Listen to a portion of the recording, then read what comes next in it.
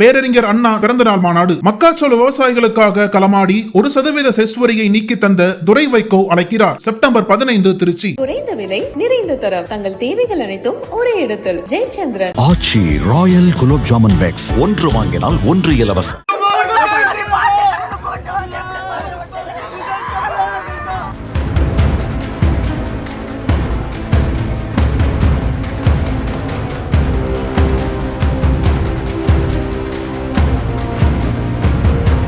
திருப்பத்தூர் மாவட்டம் டவுன் பகுதியை சேர்ந்தவர் அஸ்கர் பாஷா.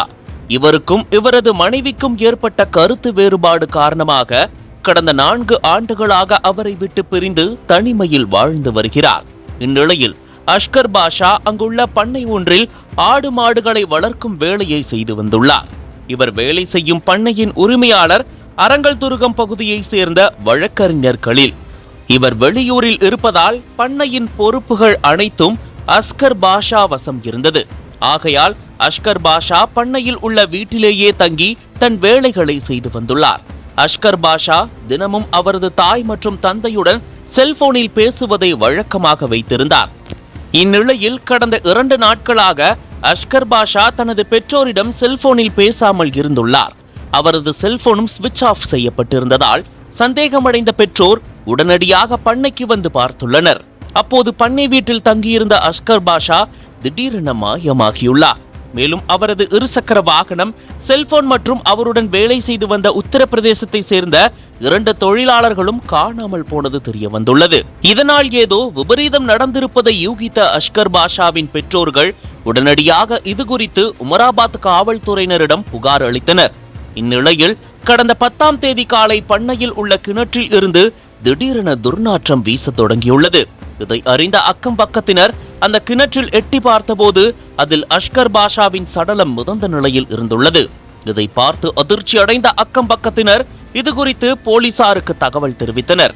அந்த தகவலின் பேரில் சம்பவ இடத்துக்கு விரைந்து வந்த உமராபாத் காவல்துறையினர் மற்றும் ஆம்பூர் தீயணைப்பு துறையினர் அஸ்கர் பாஷாவின் உடலை மீட்டு பிரேத பரிசோதனைக்காக அனுப்பி வைத்தனர். தொடர்ந்து இந்த சம்பவம் குறித்து வழக்கு பதிவு செய்த போலீசார் இந்த கொலைக்கான காரணம் குறித்து துப்பு துலக்கினர். போலீஸ் விசாரணையில் பண்ணையில் வேலை செய்து வந்த 2 வடமாநில தொழிலாளர்கள் சேர்ந்து அஸ்கர் பாஷாவை கொலை செய்து கிணற்றுக்குள் வீசி சென்றது தெரிய வந்தது. மேலும் இருவரும் தலைமறைவாக உள்ள நிலையில் அவர்களை போலீசார் தீவிரமாக தேடி வருகின்றனர். இருப்பினும் இந்த கொலைக்கான காரணம் என்ன, அஸ்கர் பாஷாவுக்கும் அந்த 2 நபர்களுக்கும் ஏற்கனவே முன்விரோதம் இருந்ததா என்ற கோணத்திலும் போலீசார் தீவிர விசாரணை மேற்கொண்டு வருகின்றனர்.